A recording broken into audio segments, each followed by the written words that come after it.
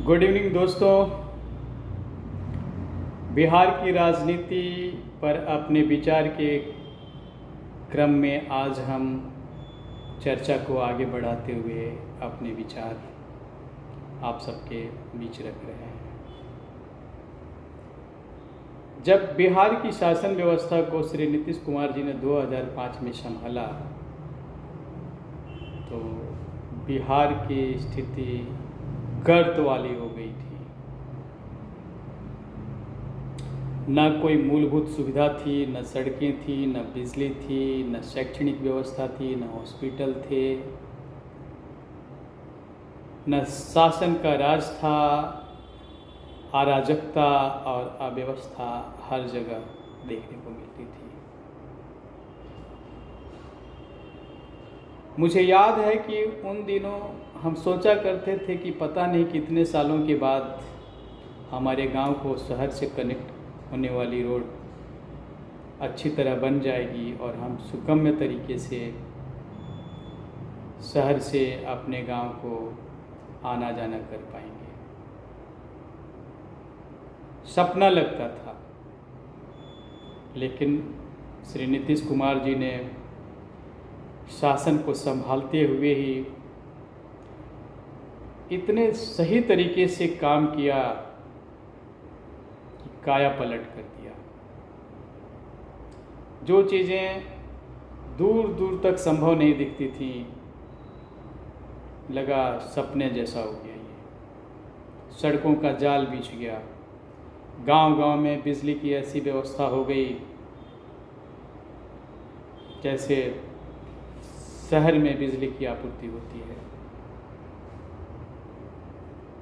चमत्कारिक रूप से काम किया और इसके पीछे उनका अनुभव, उनकी योग्यता और सबसे बड़ी बात उनकी इच्छा शक्ति कि हमको बिहार को विकास के पथ पर आगे बढ़ाना है। ज़बरदस्त तरीके से उन्होंने नेतृत्व दिया राज्य को।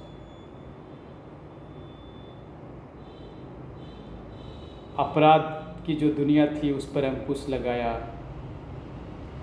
अपराधियों को सरेंडर करना पड़ा। कुछ अपराधी राजनीति में शांति प्रिय ढंग से शामिल हो गए, लेकिन आतंक और अपराध की जो स्थिति थी पूरी तरह नकेल कस दिया। निश्चित रूप से एक गर्त के बाद जो उनका शासन का पीरियड रहा चमत्कारिक था बिहार के लोगों के लिए, और बिहार की जनता हमेशा उनके इस योगदान के लिए आभारी रहेगी।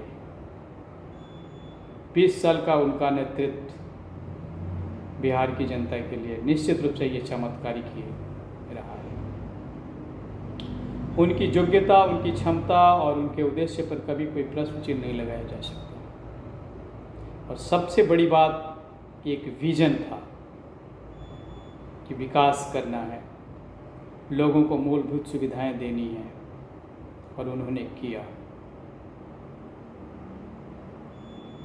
कई सालों तक बिहार जीडीपी ग्रोथ के मामले में देश में अग्रणी बना रहा। यह बहुत बड़ी बात थी, चमत्कार से कम नहीं था। जहां मूलभूत सुविधाओं का इतना अभाव था, उस राज्य को विकास की ऐसी रफ्तार देना चमत्कार से कम नहीं था। लोग अपने आप को सुरक्षित महसूस करने लगे,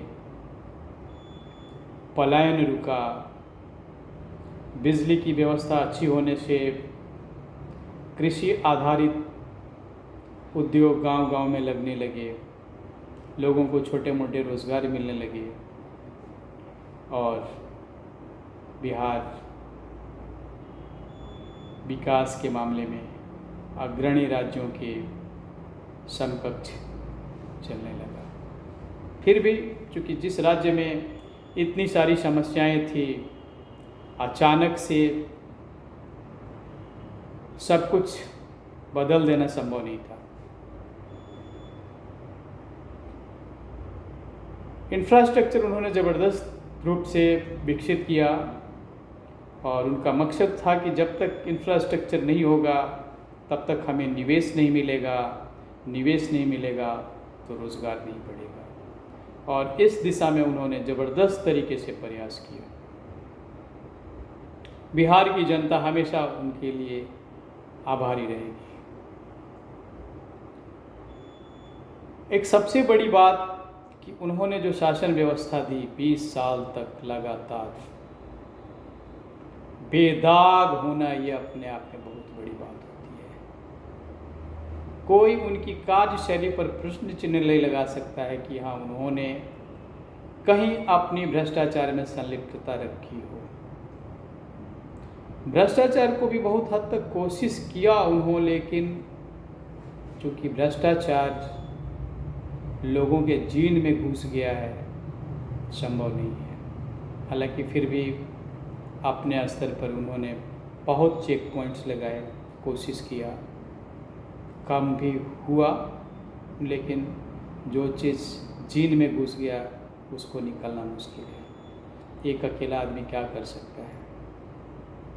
उनकी ईमानदारी पर, उनकी योग्यता पर, उनकी कार्य क्षमता पर कोई प्रश्न चिन्ह नहीं लगाया जा सकता है।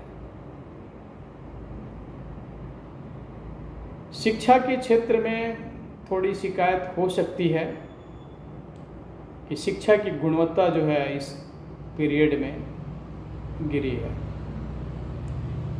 और यह स्थिति बिहार की नहीं, अगर सरकारी स्कूलों में देखें तो सभी जगह शिक्षा का स्तर तो गिरा है, गुणवत्ता गिरी है। इसके पीछे एक बड़ा कारण शिक्षकों को जो उनका मूलभूत काम है उससे इतर दूसरे कामों में इन्वॉल्व कराया जाना है।